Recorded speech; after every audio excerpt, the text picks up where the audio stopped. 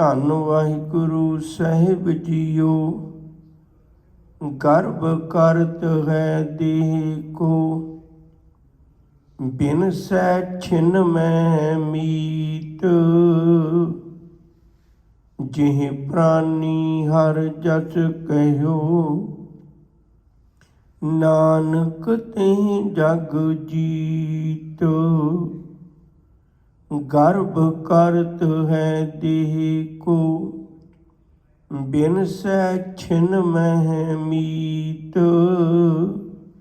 ਜਿਹ ਪ੍ਰਾਨੀ ਹਰ ਜਸ ਕਹਿਓ, ਨਾਨਕ ਤਿਹ ਜਗ ਜੀਤ।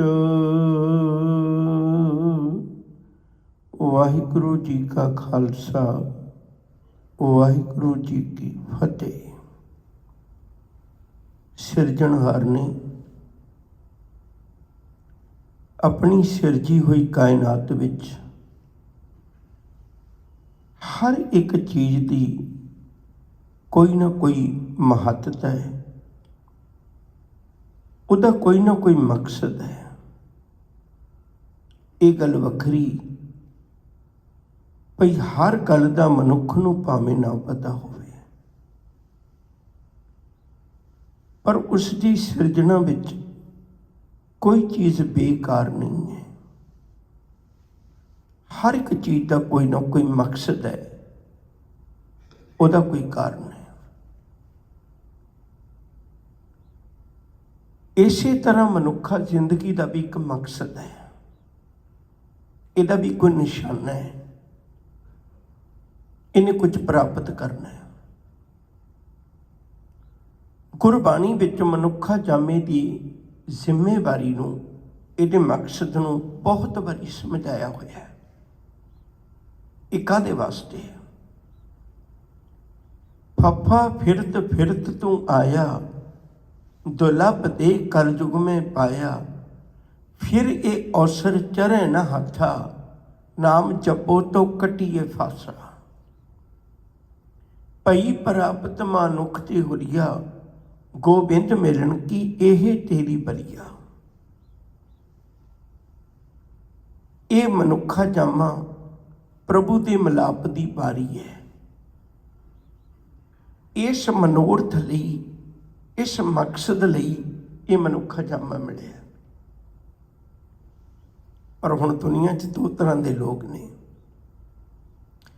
ਇੱਕ ਉਹ ਨੇ ਜਿਨ੍ਹਾਂ ਨੇ ਜ਼ਿੰਦਗੀ ਦੇ ਮਕਸਦ ਨੂੰ ਸਮਝ ਕੇ ਦੁਨੀਆ ਵਿੱਚ ਜਿਉਂਦਿਆਂ ਹੋਇਆਂ ਆਪਣੀ ਮੰਜ਼ਿਲ ਤੇ ਪਹੁੰਚ ਗਏ, ਮਾਲਕ ਦੀ ਇਬਾਦਤ ਕੀਤੀ, ਹਰੀ ਦਾ ਜਸ ਕੀਤਾ। ਇੱਕ ਉਹ ਸਨ ਜਿਹੜੇ ਦੇਹੀ ਉੱਤੇ ਹੀ ਹੰਕਾਰ ਕਰ ਬੈਠੇ। ਇੱਕ ਉਹ ਨੇ ਜਿਹੜੇ ਦੇਹੀ ਉੱਤੇ ਹੀ ਹੰਕਾਰ ਕਰ ਬੈਠੇ। ਇੱਕ ਉਹ ਸਨ ਜਿਨ੍ਹਾਂ ਨੇ ਦੇਹੀ ਦੇ ਮਕਸਦ ਨੂੰ ਸਮਝ ਲਿਆ ਵੀ ਕਾਹਦੇ ਵਾਸਤੇ ਮਿਲੀ ਹੈ, ਤੇ ਉਹਨਾਂ ਨੇ ਮਕਸਦ ਪੂਰਾ ਕਰ ਲਿਆ, ਰੱਬ ਵਿੱਚ ਜਾ ਅਭੇਦ ਹੋਏ। ਅੱਜ ਦੋ ਬਿਰਤੀਆਂ ਦਾ ਜ਼ਿਕਰ ਹੈ, ਦੋ ਤਰ੍ਹਾਂ ਦੇ ਲੋਕਾਂ ਦਾ ਜ਼ਿਕਰ ਹੈ। ਇੱਕ ਉਹ ਜਿਨ੍ਹਾਂ ਨੇ ਦੇਹੀ ਉੱਤੇ ਹੀ ਹੰਕਾਰ ਕਰ ਲਿਆ, ਉਹ ਹੰਕਾਰ ਇੱਕ ਦਿਨ ਟੁੱਟ ਗਿਆ, ਕਿਉਂਕਿ ਬਿਨ ਸੈ ਛਿਨ ਮੈਂ ਮੀਤ। ਇਹ ਤਾਂ ਇੱਕ ਅੱਖ ਦੇ ਫੁਲਕਾਰੇ ਵਿੱਚ ਖਤਮ ਹੋ ਜਾਂਦੀ ਹੈ, ਛੱਡ ਜਾਂਦੀ ਹੈ ਸਾਥ। ਇੱਕ ਉਹ ਸਨ ਜਿਨ੍ਹਾਂ ਨੇ ਜ਼ਿੰਦਗੀ ਵਿੱਚ ਮਨੁੱਖਾ ਦੇਹੀ ਨੂੰ ਪਾ ਕੇ ਰੱਬ ਦੀ ਇਬਾਦਤ ਕਰਕੇ ਮਾਲਕ ਦੇ ਚਰਨਾਂ ਵਿੱਚ ਜੁੜ ਗਏ। ਸਤਿਗੁਰੂ ਇਸ ਦੇਹੀ ਦੀ ਅਸਲੀਅਤ ਨੂੰ ਸਮਝਾਉਂਦੇ ਨੇ, ਕਹਿੰਦੇ ਇਹਦੇ ਤੇ ਹੰਕਾਰ ਨਾ ਕਰ, ਇਹਦੇ ਤੇ ਗਰਬ ਨਾ ਕਰ। ਕਬੀਰ ਗਰਬ ਨਾ ਕੀਤੀ ਹੈ, ਉੱਚਾ ਦੇਖ ਆਵਾਸ। ਆਜ ਕਾਲ ਭੋਂ ਲੇਟਣਾ, ਉੱਪਰ ਜੰਮੈ ਕਾਸ। ਕਬੀਰ ਗਰਬ ਨਾ ਕੀਤੀ ਹੈ, ਕਹਿੰਦੇ ਹੰਕਾਰ ਨਾ ਕਰ। ਦੇਹੀ ਦੇਖ ਸੁਰੰਗ, ਇਹਨੂੰ ਸੋਹਣੇ ਰੰਗ ਵਾਲੀ ਦੇਖ ਕੇ ਇਹਦਾ ਹੰਕਾਰ ਨਾ ਕਰ। ਆਜ ਕਾਲ ਤਜ ਜਾਹੇਂਗੇ ਜਿਉਂ ਕੰਚਰੀ ਭਯੰਗ। ਜਿਵੇਂ ਸੱਪ ਆਪਣੀ ਕੁੰਜ ਲਾ ਕੇ, ਛਿੱਲ ਲਾ ਕੇ ਆਪਣੀ ਪਾਸੇ ਚਲਾ ਜਾਂਦਾ ਹੈ, ਮੁੜ ਦਾ ਕੋਈ ਸੰਬੰਧ ਹੀ ਨਹੀਂ ਹੁੰਦਾ। ਕਹਿੰਦੇ ਇਸੇ ਤਰ੍ਹਾਂ ਛੱਡ ਕੇ ਚਲੇ ਜਾਣਾ ਮਨਾ, ਇਹਦਾ ਹੰਕਾਰ ਨਾ ਕਰ। ਭਲਕੇ ਉੱਠ ਪਪੋਲੀਏ ਬਿਨ ਬੂਝੇ ਮੁਗਧ ਅਜਾਨ। ਸੋ ਪ੍ਰਭ ਚਿਤ ਨਾ ਆਵਈ ਛੁਟੇਗੀ ਬੇਬਾਨ। ਕਹਿੰਦੇ ਸਵੇਰ ਤੋਂ ਉੱਠ ਕੇ ਦੇਹੀ ਨੂੰ ਪਾਲਣ ਲੱਗ ਪੈਣਾ, ਮੈਂ ਕੀ ਖਾਵਾਂ, ਮੈਂ ਕੀ ਖਾਵਾਂ ਪੀਵਾਂ, ਸਵੇਰ ਤੋਂ ਹੀ।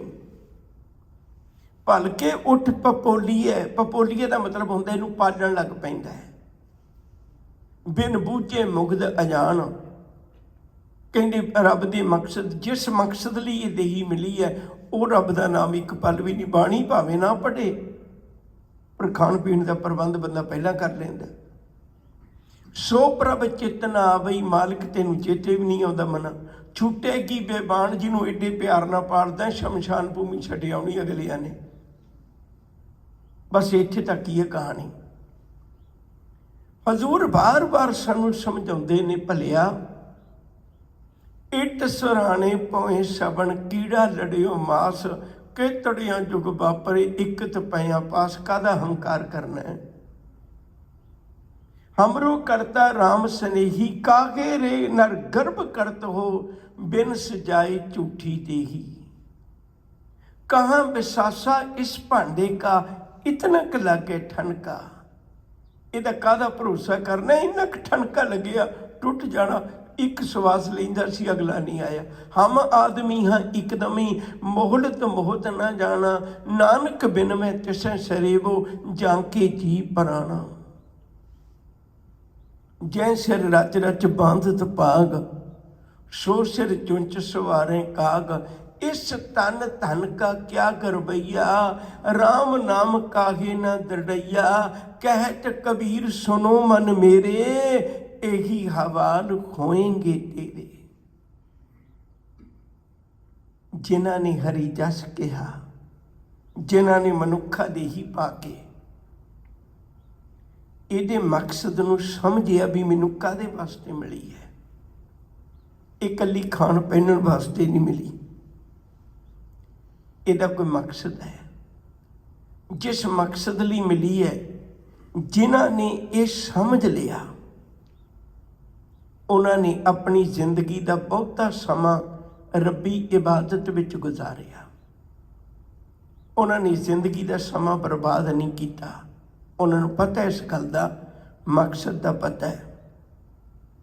ਉਹ ਵਾਰ-ਵਾਰ ਹੋਕਾ ਦਿੰਦੇ ਨੇ, ਜਾਗ ਲੈ ਰੇ ਮਨਾ ਜਾਗ ਲੈ, ਕਹਾਂ ਕਾਫਿਲ ਸੋਇਆ, ਜੋ ਤਨ ਉਪਜਿਆ ਸੰਗ ਹੀ, ਸੋ ਵੀ ਸੰਗ ਨਾ ਹੋਇਆ।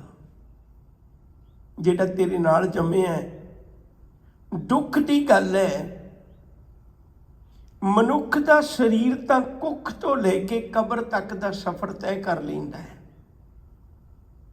ਹਰ ਬੰਦੇ ਦਾ ਸਰੀਰ ਕੁੱਖ ਤੋਂ ਲੈ ਕੇ ਕਬਰ ਤੱਕ ਤੈਅ ਕਰ ਲੈਂਦਾ ਸਫ਼ਰ, ਪਰ ਇਸ ਸੰਸਾਰ ਤੋਂ ਲੈ ਕੇ ਨਿਰੰਕਾਰ ਤੱਕ ਦਾ ਸਫ਼ਰ ਨਹੀਂ ਕਰ ਪਾਉਂਦਾ, ਅਧੂਰੇ ਦਾ ਅਧੂਰਾ ਹੀ ਤੁਰ ਜਾਂਦਾ ਹੈ। ਮਨੁੱਖਾ ਜ਼ਿੰਦਗੀ ਦਾ ਕੋਈ ਮਕਸਦ ਹੈ। ਸਤਿਗੁਰੂ ਆਖਦੇ ਨੇ, ਕਹਿੰਦੇ ਜਿਨ੍ਹਾਂ ਨੇ ਇਸ ਗੱਲ ਨੂੰ ਸਮਝ ਲਿਆ, ਵਿਚਾਰ ਲਿਆ, ਉਹ ਆਪਣੀ ਜ਼ਿੰਦਗੀ ਦਾ ਸਮਾਂ ਕਦੇ ਅਜਾਈਂ ਨਹੀਂ ਗਵਾਉਂਦੇ। ਭਾਈ ਗੁਰਦਾਸ ਜੀ ਦਾ ਇੱਕ ਬਚਨ ਹੈ ਬੜਾ ਪਿਆਰਾ, ਬਾਟ ਬਟਾਊ ਰਾਤ ਸਰਾਈ ਵਸਿਆ, ਉੱਠ ਚੱਲਿਆ ਪ੍ਰਭਾਤ ਮਾਰਗ ਦੱਸਿਆ, ਨਾਹੀਂ ਪਰਾਈ ਤਾਤ ਨਾ ਚਿਤਰ ਹਸਿਆ, ਮੋਏ ਨਾ ਪੁੱਛੇ ਜਾਤ ਵਿਆਹ ਨਾ ਹਸਿਆ, ਦਾਤਾ ਕਰੇ ਜੋ ਦਾਤ ਨਾ ਭੁੱਖਾ ਤਿਸਿਆ, ਗੁਰਮੁਖ ਸਿਮਰਨ ਬਾਤ ਕਮਲ ਵਿਕਸਿਆ। ਇਹ ਤੇ ਥੋੜੇ ਜਿਹੇ ਅਰਥ ਕਰਦਿਆਂ ਗੱਲ ਪਕੜ ਵਿੱਚ ਆ ਜਾਏ। ਹਜ਼ੂਰ ਆਖਦੇ ਨੇ, ਕਹਿਣ ਲੱਗੇ, ਵੇਖ ਗੁਰਮੁਖ ਦੁਨੀਆ ਵਿੱਚ ਇਵੇਂ ਆਉਂਦਾ ਜਿਵੇਂ ਕਿਸੇ ਦੇ ਘਰ ਮਹਿਮਾਨ ਆਇਆ ਹੋਵੇ। ਬਾਟ ਵਟਾਊ ਰਾਹੀ ਤੁਰਿਆ ਜਾਂਦਾ, ਬਾਟ ਵਟਾਊ ਰਾਤ ਸਰਾਈ ਵਸਿਆ, ਉੱਠ ਚੱਲਿਆ ਪ੍ਰਭਾਤ ਮਾਰਗ ਦੱਸਿਆ। ਸਵੇਰੇ ਹੋਇਆ ਤੇ ਉੱਠ ਕੇ ਤੁਰ ਗਿਆ ਜਿੱਧਰ ਨੂੰ ਉਹਦੇ ਜਾਣ ਦਾ ਮਕਸਦ ਸੀ। ਨਾਹੀਂ ਪਰਾਈ ਤਾਤ, ਕਿਸੇ ਨਾਲ ਈਰਖਾ ਨਹੀਂ ਕਰਦਾ। ਉਹ ਕਹਿੰਦਾ ਮੈਂ ਤੇ 4 ਦਿਨ ਰਹਿਣਾ ਇੱਥੇ। ਨਾ ਚਿੱਤਰ ਹੱਸਿਆ, ਨਾ ਹੀ ਕਿਸੇ ਦੀਆਂ ਵਾਧੂ ਖੁਸ਼ੀਆਂ ਵਿੱਚ ਉਹ ਖੁਸ਼ ਹੁੰਦਾ ਹੈ ਵੀ ਮੈਂ ਐਵੇਂ ਕਿਸੇ ਗਰੀਬ ਨੂੰ ਸਤਾ ਕੇ ਖੁਸ਼ ਹੋਵਾਂ। ਨਾ ਹੀ ਪਰਾਈ ਤਾਤ ਨਾ ਚਿੱਤਰ ਹੱਸਿਆ, ਨਾ ਉਹਨੂੰ ਕਿਸੇ ਨਾਲ ਈਰਖਾ ਹੈ, ਨਾ ਉਹਨੂੰ ਕਿਸੇ ਨਾਲ ਦਵੈਸ਼ ਹੈ, ਨਾ ਉਹਨੂੰ ਕਿਸੇ ਨਾਲ ਮੋਹ ਹੈ। ਉਹ ਨਿਵਕਲਾ ਹੋ ਕੇ ਜਿਉਂਦਾ ਹੈ। ਦਾਤਾ ਕਰੇ ਜੋ ਦਾਤ, ਜਿੰਨੀਆਂ ਦਾਤਾਂ ਮਾਲਕ ਨੇ ਦਿੱਤੀਆਂ ਉਹਦੇ ਵਿੱਚੋਂ ਖੁਸ਼ ਰਹਿਣਾ ਸਿੱਖ ਲੈਂਦਾ ਹੈ। ਉਹ ਲਾਂਭੇ ਨਹੀਂ ਦਿੰਦਾ ਬਹੁਤੇ ਰੱਬ ਨੂੰ, ਮਾਲਕ ਦੇ ਚਰਨਾਂ ਵਿੱਚ ਜੁੜ ਕੇ ਉਹਦਾ ਧੰਨਵਾਦ ਕਰਦਾ ਹੈ। ਕਾਹਦਾ ਮਾਣ ਕਰਨਾ ਉਹ ਬੰਦਿਆ ਦੇਹੀ ਦਾ। ਅਸਲ ਵਿੱਚ ਮਨੁੱਖ ਹੈ ਨਾ ਜਿਹੜਾ, ਉਹ ਯਾਦ ਰੱਖਿਓ, ਉਹ ਦੇਹੀ ਕੇਂਦਰ ਬਿੰਦੂ ਹੈ। ਹੰਕਾਰ ਦਾ ਦੇਹੀ ਕੇਂਦਰ ਬਿੰਦੂ ਹੈ। ਬਹੁਤਾ ਹੰਕਾਰ ਜਿਹੜਾ ਉਹ ਦੇਹੀ ਦੇ ਦੁਆਲੇ ਘੁੰਮਦਾ ਹੈ, ਕਿਉਂਕਿ ਦੇਹੀ ਕਰਕੇ ਹੀ, ਦੇਹੀ ਦੇ ਕਰਨੀ ਹੈ ਨਾ, ਦੇਹੀ ਕਰਕੇ ਕੋਈ ਚਿੱਤਰਕਾਰ ਹੈ, ਉਹਦੇ ਕੋਲ ਗੁਣ ਹੈ। ਦੇਹੀ ਕਰਕੇ ਹੀ ਕੋਈ ਗਾਉਂਦਾ ਹੈ, ਉਹਦਾ ਗਲਾ ਬਹੁਤ ਸੋਹਣਾ ਹੈ ਤਾਂ ਦੇਹੀ ਕਰਕੇ ਹੀ ਹੈ ਨਾ। ਦੇਹੀ ਕਰਕੇ ਕਿਸੇ ਦੀ ਸੁਹੱਪਣ ਹੈ। ਜਿੰਨੇ ਐਕਟਰ ਨੇ, ਮਾਡਲ ਨੇ, ਉਹ ਕਾਹਦਾ ਪੈਸਾ ਕਮਾ ਰਹੇ ਨੇ? ਸਿਰਫ ਆਪਣੀ ਸੁਹੱਪਣ ਦਾ ਕਮਾ ਰਹੇ ਨੇ। ਕਿਸੇ ਕੋਲ ਦਿਮਾਗੀ ਤਾਕਤ ਬਹੁਤ ਹੈ, ਪਰ ਹੈ ਤੇ ਸਰੀਰ ਕਰਕੇ ਹੀ ਹੈ ਨਾ। ਕਿਸੇ ਕੋਲ ਸਰੀਰਕ ਬਲ ਬਹੁਤ ਹੈ ਤੇ ਸਰੀਰ ਕਰਕੇ ਹੀ ਹੈ ਨਾ। ਕਿਸੇ ਦੀ ਜ਼ਾਤ ਕਿਹੋ ਜਿਹੀ ਹੈ, ਉਹ ਸਰੀਰ ਕਰਕੇ ਹੀ ਹੈ ਨਾ। ਜਿਤਨਾ ਵੀ ਕੇਂਦਰ ਬਿੰਦੂ ਹੈ ਉਹ ਸਰੀਰ ਦੇ ਦੁਆਲੇ ਹੈ। ਸਾਹਿਬ ਕਹਿੰਦੇ ਬਹੁਤੀ ਹੰਕਾਰ ਦੀ ਜੜ ਸਰੀਰ ਕਾਰਨ ਡੂੰਘੀ ਹੋਈ ਹੈ। ਜੇ ਕਿਤੇ ਸਰੀਰ ਨੂੰ ਹੰਕਾਰ ਕਰਨ ਦੀ ਬਜਾਏ ਨਿਰੰਕਾਰ ਦੇ ਲੇਖੇ ਲਾ ਦਿੰਦਾ, ਕਿਸੇ ਦੇ ਭਲੇ ਦੇ ਲੇਖੇ ਲਾ ਦਿੰਦਾ, ਕਿਸੇ ਮਨੁੱਖ ਦਾ ਕੰਮ ਕਰ ਜਾਂਦਾ, ਕਿਸੇ ਪਰਉਪਕਾਰ ਦੇ ਕੰਮ ਲਾ ਦਿੰਦਾ, ਸੱਚ ਕਰਕੇ ਜਾਣਿਓ ਉਹਦਾ ਦੁਨੀਆ ਵਿੱਚ ਆਉਣਾ ਵੀ ਸਫਲ ਸੀ, ਉਹਦਾ ਆਉਣਾ ਵੀ ਚੰਗਾ ਸੀ। ਲੋਕ ਕਹਿਣਗੇ ਧੰਨ ਧੰਨ ਧੰਨ ਜਨ ਆਇਆ, ਜਿਸ ਪ੍ਰਸਾਦ ਸਭ ਜਗਤ ਤਰਾਇਆ। ਜਨ ਆਵਨ ਕਾ ਇਹ ਸੁਭਾਓ, ਜਨ ਕੇ ਸੰਗ ਚਿਤ ਆਵੇ ਨਾਉ। ਕਾਹਦਾ ਹੰਕਾਰ ਕਰਨਾ ਭਲੇ? ਆਪਣੇ ਅੰਦਰ ਕਦੇ ਝਾਤ ਮਾਰ ਕੇ ਦੇਖ। ਜਿਨ ਲੋਇਨ ਜਗ ਮੋਹਿਆ, ਸੇ ਲੋਇਨ ਮੈਂ ਡਿਠ। ਕੱਜਲ ਰੇਖ ਨਾ ਸਹਿੰਦੀਆਂ, ਸੇ ਪੰਖੀ ਸੂਏ ਬੈਠ। ਇਹਦਾ ਹੰਕਾਰ ਕਰਨ ਵਾਲਿਆ, ਇਹਨਾਂ ਅੱਖਾਂ ਦੇ ਟੋਇਆਂ ਵਿੱਚ ਪੰਛੀਆਂ ਨੇ ਆਲਣੇ ਪਾਲਣੇ ਨੇ। ਕਿਸ ਗੱਲ ਦਾ ਹੰਕਾਰ ਕਰਨਾ? ਕਬੀਰ ਹਾਡ ਜਰੇ ਜੋ ਲੱਕੜੀ, ਕੇਸ ਜਲੇ ਜੋ ਘਾਸ। ਇਹ ਜਗ ਜਲਦਾ ਦੇਖ ਕੇ ਭਇਓ ਕਬੀਰ ਉਦਾਸ। ਬਹੁਤ ਸੋਹਣੀ ਸੋਹਣੀ ਕਾਇਆ, ਸੁੰਦਰ ਕਾਇਆ, ਲੱਭ ਲੋਭ ਮੁਝ ਕੂੜ ਕਮਾਵੇ। ਬਹੁਤ ਉਠਾਵੇ ਭਾਰੋ, ਤੂੰ ਕਾਇਆ ਮੈਂ ਰੁਲਦੀ ਦੇਖੀ, ਜਿਉਂ ਧਰ ਉੱਪਰ ਸ਼ਾਰੋ। ਮਿੱਟੀ 'ਚ ਪਈ ਰੁਲਦੀ ਵੇਖੀ ਹੈ। ਜਿਹੜੇ ਕੱਲ ਮਿੱਟੀ ਦੀ ਇੱਕ ਆਪਣੀ ਧੂੜ ਦਾ ਇੱਕ ਕਿਣਕਾ ਸਰੀਰ ਨੂੰ ਨਹੀਂ ਸੀ ਲੱਗਣ ਦਿੰਦੇ, ਸਾਰੇ ਦਾ ਸਾਰਾ ਹੀ ਮਿੱਟੀ 'ਚ ਦਬਾ ਦਿੱਤਾ। ਇਹਦੇ ਮਕਸਦ ਨੂੰ ਸਮਝੋ, ਕਿਸ ਵਾਸਤੇ ਮਿਲੀ ਹੈ। ਇਹਨੇ ਇੱਕ ਦਿਨ ਚਲੇ ਜਾਣਾ। ਹਜ਼ੂਰ ਦੀ ਬਾਣੀ 'ਚ ਇੱਕ ਬੜਾ ਪਿਆਰਾ ਬਚਨ ਹੈ, ਆਪਣੇ ਆਂਢ ਗੁਆਂਢ ਆਸੇ ਪਾਸੇ। ਹੁਣ ਤੇ ਆਂਢ ਗੁਆਂਢ ਵਾਲੀ ਗੱਲ ਹੀ ਨਹੀਂ ਰਹੀ। ਬੰਦਾ ਭਾਵੇਂ ਦੁਨੀਆ 'ਚ ਕਿਸੇ ਵੀ ਕੋਨੇ 'ਚ ਬੈਠਾ ਹੋਵੇ, ਸਾਰੀ ਦੁਨੀਆ ਦੀ ਖਬਰ ਉਹਨੂੰ ਕੀ ਵਰਤਦਾ ਹੈ। ਕਹਿੰਦੀ ਥਾਂ ਥਾਂ ਤੇ ਸੱਦੜੇ ਨਿਤ ਭਵਨ, ਨਿਤ ਪੈਂਦੇ ਸੱਦੇ ਦੇਖ ਕੇ ਬੰਦਾ ਘਾਬਰ ਜਾਂਦਾ ਹੈ, ਕੁਰਲਾ ਉੱਠਦਾ ਹੈ।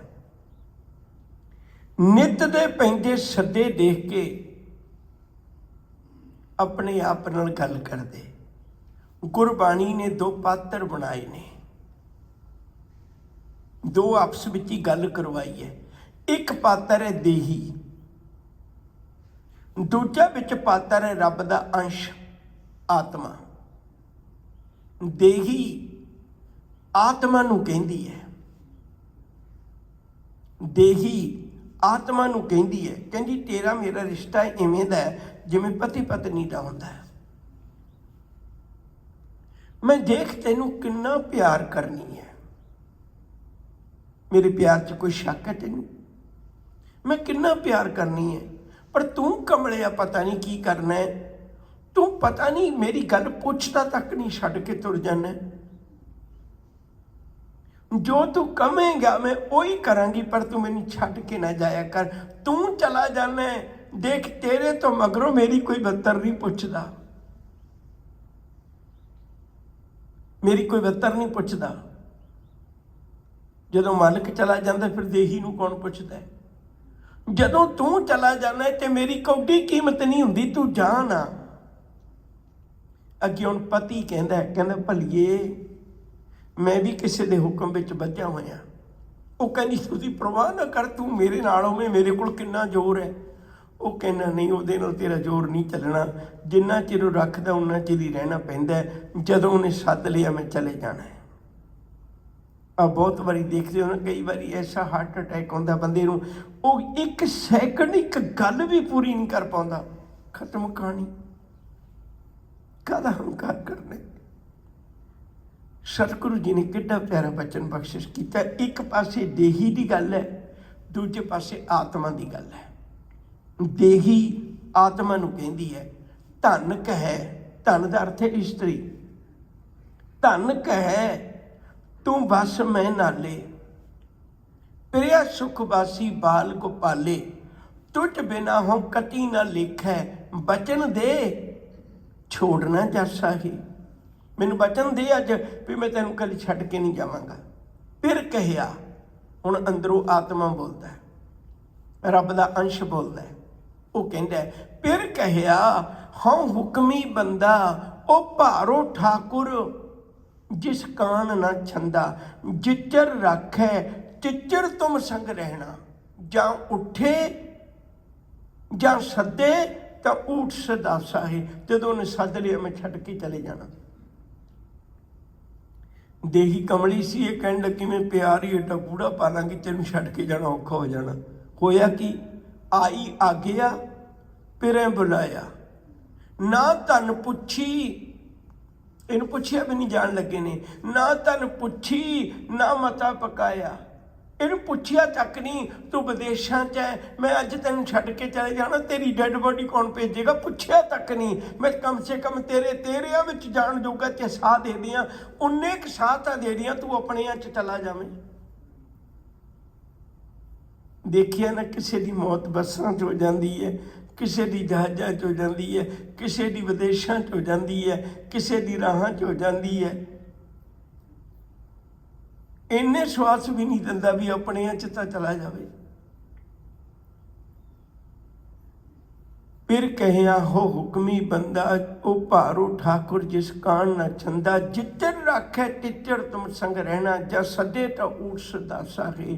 ਆਈ ਆਗਿਆ ਪਿਰੇ ਬੁਲਾਇਆ, ਨਾ ਧਨ ਪੁੱਛੀ ਨਾ ਮਤਾ ਪਕਾਇਆ, ਊਠ ਸਿਧਾਰਿਓ ਛੂਟਰ ਮਾਟੀ, ਦੇਖ ਨਾਨਕ ਮਿਥਨ ਮੁਹਾਸਾ ਹੈ। ਕਹਿੰਦੇ ਤੇ ਭਲਿਆ ਉੱਠ ਕੇ ਤੇਰਾ ਮਾਲਕ, ਕੱਲੀ ਮਿੱਟੀ ਰਹਿ ਗਈ ਹੈ। ਮੈਂ ਬਹੁਤ ਵਾਰੀ ਇਹ ਅਰਜ਼ ਕਰਨਾ, ਜਦੋਂ ਕੋਈ ਬਿਮਾਰ ਹੋਵੇ ਐਂਬੂਲੈਂਸ ਆਉਂਦੀ ਹੈ, ਆਪਾਂ ਸਾਰੇ ਕਹਿੰਦੇ ਫਲਾਣਾ ਬੰਦਾ ਉਹਨੂੰ ਲੈ ਕੇ ਗਈ ਐਂਬੂਲੈਂਸ। ਆਪਾਂ ਸਾਰੇ ਉਹਦਾ ਨਾਂ ਲੈ ਕੇ ਕਹਾਂਗੇ ਵੀ ਐਂਬੂਲੈਂਸ ਉਹਨੂੰ ਲੈ ਕੇ ਗਈ, ਡਾਕਟਰ ਉਹਨੂੰ ਲੈ ਕੇ ਗਏ ਨੇ। ਤੇ ਜਦੋਂ ਪਾਣਾ ਵਰਤੀ ਜਾਂਦਾ ਫਿਰ ਕੋਈ ਵੀ ਨਹੀਂ ਕਹਿੰਦਾ ਉਹਨੇ ਕਦੋਂ ਆਉਣਾ, ਫਿਰ ਕਹਿੰਦੇ ਡੈਡ ਬੋਡੀ ਨੇ ਕਦੋਂ ਆਉਣਾ ਹੈ, ਫਿਰ ਕੋਈ ਵੀ ਨਹੀਂ ਕਹਿੰਦਾ। ਜਿਤ ਦਿਨ ਦੇਹੇ ਬਿਨਸੀ, ਤਿਤ ਵੇਲੇ ਕੈਸਨ ਪ੍ਰੇਤ, ਉਸੇ ਦਿਨ ਤੇਰਾ ਨਾਮ ਬਦਲ ਜਾਣਾ ਹੈ। ਕਾਹਦਾ ਹੰਕਾਰ ਕਰਨਾ ਬੰਦਿਆ।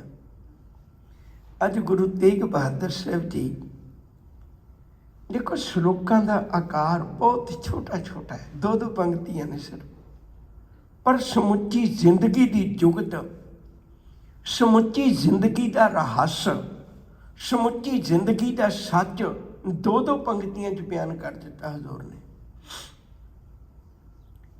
ਗਰਭ ਕਰਤ ਹੈ ਦੇਹ ਕੋ, ਦੇਹੀ ਨੂੰ ਦੇਖ ਦੇਖ ਕੇ ਨਾ ਮੈਨੂੰ ਤਾਂ ਕਈ ਵਾਰੀ ਮਹਿਸੂਸ ਹੋਇਆ, ਮੈਂ ਆਖਾਂ ਸੱਚ ਕਹਿਣਾ ਚਾਹੁੰਦਾ, ਮੈਨੂੰ ਤਾਂ ਕਈ ਵਾਰੀ ਮਹਿਸੂਸ ਹੋਇਆ, ਸ਼ਾਇਦ ਤੁਹਾਡੇ 'ਚੋਂ ਵੀ ਕਿਸੇ ਨੂੰ ਹੋਇਆ ਹੋਵੇ। ਜਦ ਡਾਕਟਰ ਕੋਲ ਜਾਈਦਾ ਨਾ, ਉਹ ਟੈਸਟ ਦੀਆਂ ਰਿਪੋਰਟਾਂ ਆਉਂਦੀਆਂ ਨੇ ਜਦੋਂ, ਵੀ ਆਹ ਵੀ ਠੀਕ, ਆਹ ਵੀ ਠੀਕ, ਆਹ ਵੀ ਠੀਕ, ਤੇ ਬੜੀ ਮਨ ਨੂੰ ਖੁਸ਼ੀ ਹੁੰਦੀ ਹੈ।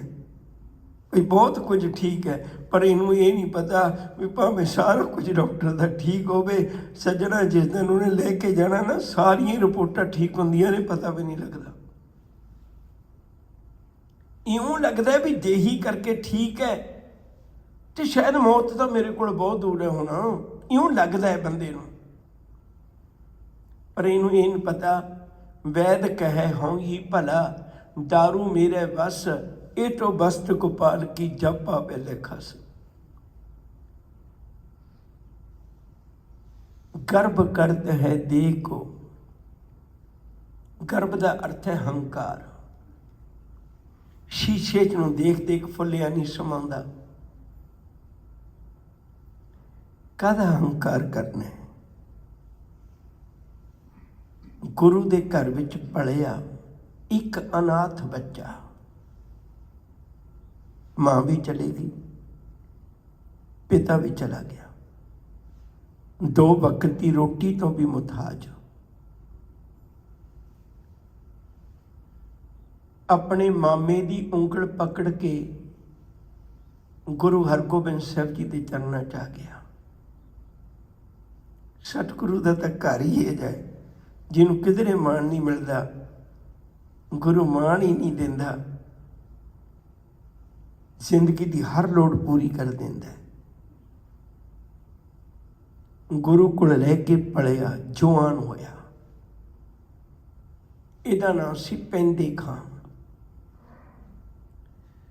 तुसीं देखो भी किड्डा क बलवान होवेगा।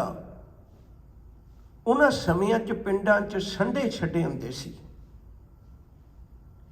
2 संढे आपस में ही लड़ते होण, 2 बैल आपस में ही ताकतवर लड़ते होण ते दोनों नूं सिंगां तो पकड़ के वखरे कर देवे ते उन्हां नूं नेड़े नहीं सी आउण दिंदा। एडा जोर सी, बाहूबल सी उहदीआं बाहां विच। गुरु हरगोबिंद साहब ने पहला जंग लड़िया ते ओह खूब लड़िया जंग, पैंदे खां भी जंग विच खूब लड़िया। सतगुरु ने उहदी बहादरी की तारीफ की, सज्जणा तूं बहुत वधिया जवान है। गुरु हरगोबिंद साहब जी केवल उहदे नाल घोल करिया करते सन, क्योंकि गुरु हरगोबिंद साहब जी का बड़ जोधा परोपकारी, सारे गुरुआं विचों गुरु हरगोबिंद साहब जी का जिहड़ा कद है वह बहुत वड्डा सी। ते पैंदे खां गुरु हरगोबिंद साहब नाल जोर करिया करता सी। गुरु हरगोबिंद साहब के मुकाबले सरीरक तौर पर किसी कोल भी नहीं सी। गुरु हरगोबिंद साहब कोल घोड़ा भी सिर्फ 6 महीने कढ़दा सी, क्योंकि ਉਹਦੇ फिर गोडे ते चलनों रह जाते सन। बहुत जवान सी 6वें पातशाह। वो 6वें पातशाह नाल जोर करदियां करदियां, उन्हां नाल घुलदियां, वर्जिश करदियां, एक दिन हजूर सच्चे पातशाह आपे ढह गए। ते पैंदे खां दे दिमाग च गल आ गई भी पैंदे खां, एक कल्ला गुरु इसी तेरे मुकाबले च, हुण ते उहनूं भी ढा लिया, हुण किस गल दी मुश्किल है। एक जंग जित्तिया, उसकी तारीफ हुई, एक गुरु ने भाणा वरता दिता, उसकी तारीफ हुई। बंदा गुरु नाल किवें जित सकता है, तो इसकी भुल है। हंकारी हो गया। सतगुरु ने उहदा हंकार का बुखार धारन वास्ते उहनूं घरे भेज दिता, तू कर जा। पैंदे खां कहण लग्या, मैनूं कहंदे हो कर जावां? मेरे कारण कोई गुरु घर वल नूं अख चुक के नहीं देखदा। मेरे कारण उन्होंने पता भी उत्थे बहुत बलवान पैंदे खां है। 6वें पातशाह कहण लगे, इस घर च बाबर भी आया, इस घर च हुमायूं भी आया, इस घर च अकबर भी आया। उदों तक कोई पैंदे खां नहीं सी हुंदा, ते बाद विच भी नहीं पैंदे खां होना। तू कोई ना घर जा, तैनूं तनख्वाह भेजदे रहा करांगे। 2 लड़ाइयां गुरु हरगोबिंद साहब ने पैंदे खां तो बिना जित लईआं। हुण पैंदे खां ही दुश्मन बन के गुरु हरगोबिंद साहब ने लड़न आ गया। जदों आमो सामने ने, गुरु हरगोबिंद साहब ने हजे भी कृपा की, शायद समझ लवे। कहन लगे, पैंदे खां चढ़ के तू आया, तेरियां मेरियां कुछ साझा ने, मैं वो अज भी कर्ज उतारना चाहुंदा। पैंदे खां तू चढ़ के आया, मैं नहीं चढ़ के आया, वार कर। पैंदे खां ने वार किया, 6वें पातशाह ने रोक लिया। हजूर कहन लगे, कमलिया तेरा मेरा संबंध एक गुरु ते सिख वाला भी रहा है, मैं वो भी नहीं कर्ज रखना चाहता भी कोई कवे भी गुरु ने इवें मार दिता, तू सिख है, तू वार कर ले, मैं बर्दाश्त कर लाँगा। ਪੈਂਦੇ ਖਾਣੇ ਦੂਜਾ ਵਾਰ ਕੀਤਾ, ਹਜ਼ੂਰ ਨੇ ਫਿਰ ਰੋਕ ਲਿਆ। ਕਹਿਣ ਲੱਗੇ ਇੱਕ ਸਾਂਝ ਬਾਕੀ ਅਜੇ ਹੋ ਰਿਹਾ। ਕਹਿੰਦੇ ਉਹ ਕਿਹੜੀ? ਕਹਿਣ ਲੱਗੇ ਤੂੰ ਮੇਰੇ ਕੋਲ ਹੀ ਹਥਿਆਰ ਚਲਾਉਣਾ ਸਿੱਖਿਆ ਸੀ, ਤੇਰੇ ਉਸਤਾਦੀ ਸ਼ਾਗਿਰਦੀ ਦਾ ਵੀ ਇੱਕ ਕਰਜ਼ ਹੈ, ਤੂੰ ਪਹਿਲਾਂ ਵਾਰ ਕਰ ਲੈ, ਮੈਂ ਦੇਖਣਾ। ਉਹਨੇ ਫਿਰ ਵਾਰ ਕੀਤਾ, ਛੇਵੇਂ ਪਾਤਸ਼ਾਹ ਨੇ ਉਹ ਵੀ ਰੋਕ ਲਿਆ। ਤੇ ਹਜ਼ੂਰ ਕਹਿਣ ਲੱਗੇ ਵੀ ਹੁਣ ਮੈਂ ਇੱਕੋ ਕਰਨਾ, ਮੈਂ ਤਿੰਨ ਨਹੀਂ ਕਰਨੇ, ਸੰਭਲੀ। ਹਜ਼ੂਰ ਨੇ ਇੱਕ ਵਾਰ ਕੀਤਾ, ਇੱਕੋ ਵਾਰ ਦੇ ਵਿੱਚ ਉਹਨੂੰ ਜ਼ਖਮੀ ਕਰਕੇ ਜਦੋਂ ਥੱਲੇ ਸੁੱਟਿਆ, ਪੈਂਦੇ ਖਾਂ ਡਿੱਗਣ ਲੱਗੇ ਜੇ ਮੂੰਹ ਤੋਂ ਨਿਕਲ ਗਿਆ ਧੰਨ ਗੁਰੂ ਹਰਗੋਬਿੰਦ ਸਾਹਿਬ ਨੇ ਉਸੇ ਵੇਲੇ ਘੋੜੇ ਤੋਂ ਉਤਰ ਕੇ ਉਹਨੂੰ ਚੜ੍ਹਾਈ ਕਰਦੇ ਹੋਏ ਨੂੰ ਵੀ ਗਲਵੱਕੜੀ 'ਚ ਲੈ ਲਿਆ, ਸੀਨੇ ਨਾਲ ਲਾ ਲਿਆ। ਉਹ ਕਮਲਿਆ ਦੇਹੀ ਦਾ ਹੰਕਾਰ ਕਾਹਦਾ ਕਰਦਾ ਸੀ, ਇਹ ਤਾਂ ਇੱਕ ਵਾਰ ਵੀ ਨਹੀਂ ਸਾਰਦੀ, ਇਹ ਤਾਂ ਇੱਕ ਪਲ 'ਚ ਹੀ ਖਤਮ ਹੋ ਜਾਂਦੀ ਹੈ।